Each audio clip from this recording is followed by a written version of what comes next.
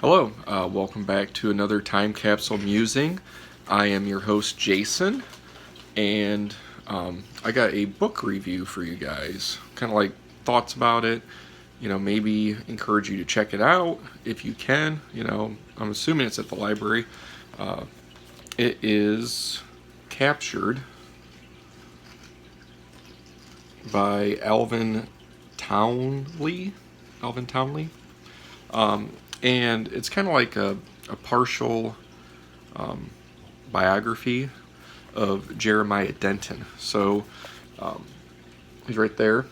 And he was a prisoner of war in Vietnam.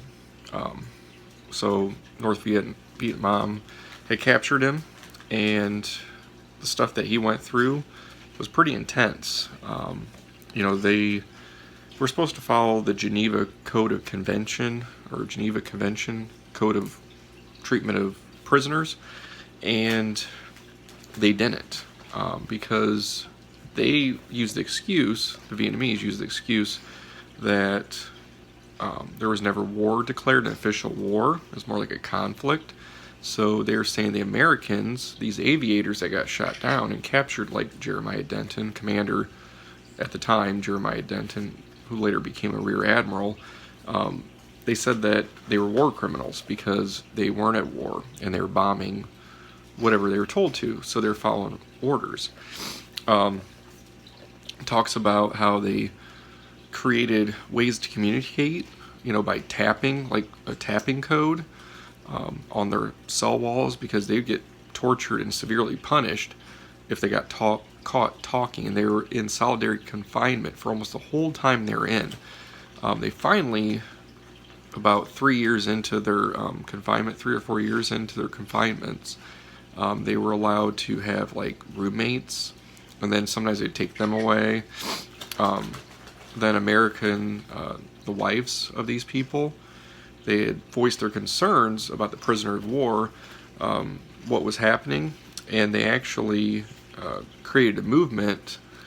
Let's see, try to find the picture.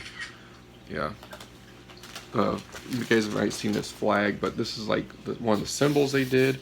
And then those cause bracelets that are now rubber. They were the first cause to have bracelets, but they're metal. And people that supported it would have these bracelets on, like release the prisoners of war, you were never forgotten, all that. So it's pretty impressive how they did that, the POW MIA movement, to get stuff recognized, because the families were told, like, don't say nothing, we don't want it getting out, we don't want it being found out. But the families had enough and then decided to do stuff. I normally don't read nonfiction books. I normally read fiction. Like, I'm a kid at heart. I read a lot of fantasies, stuff that's actually meant for young teens and kids. I like fantasy series.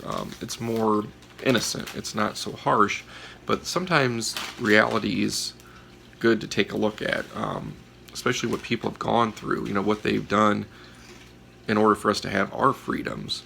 I'm previous military, so reading this is like, wow, if that happened to me, would I have been able to do what they did, endure that punishment and uphold the code of conduct?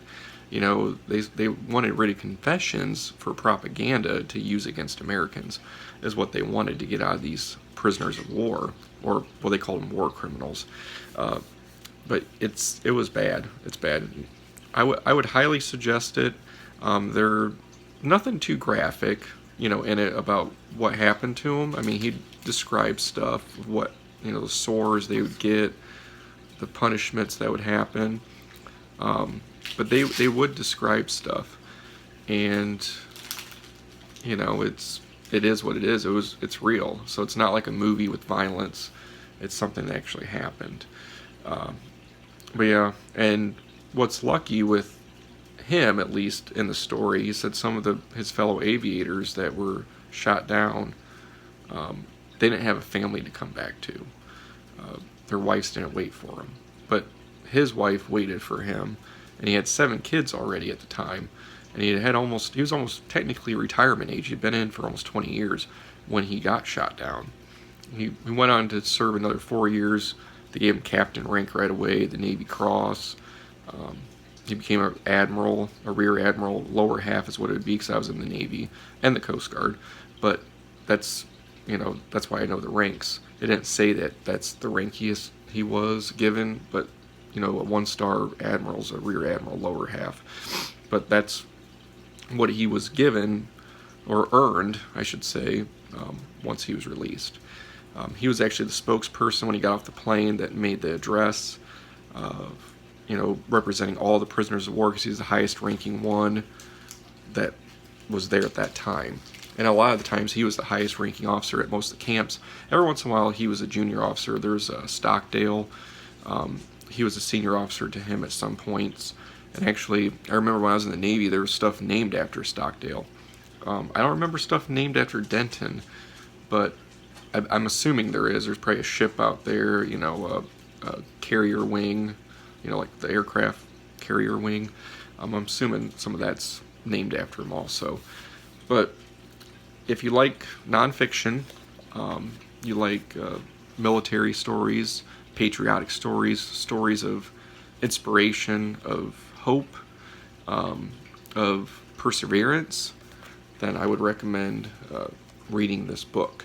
The full title is captured, and then it says, can't read backwards because my camera's backwards, but it's An American Prisoner of War in North Vietnam. Yeah, it's a fairly easy read. It's actually a fairly quick page turner. It's even though it's not fiction, which a lot of times those read quick, even though this was what happened to somebody, it was a quick read. Like, it was like you wanted to keep reading to find out what happened next, to find out if he'd find ways to trick his captors and his the wardens or whatever, the commandants of the camp, they called them. But yeah, that's all I got for that. I didn't try to spoil too much about it, kind of gave an overview of it. But yeah, I would definitely check it out. And until next time, have a good night and take care.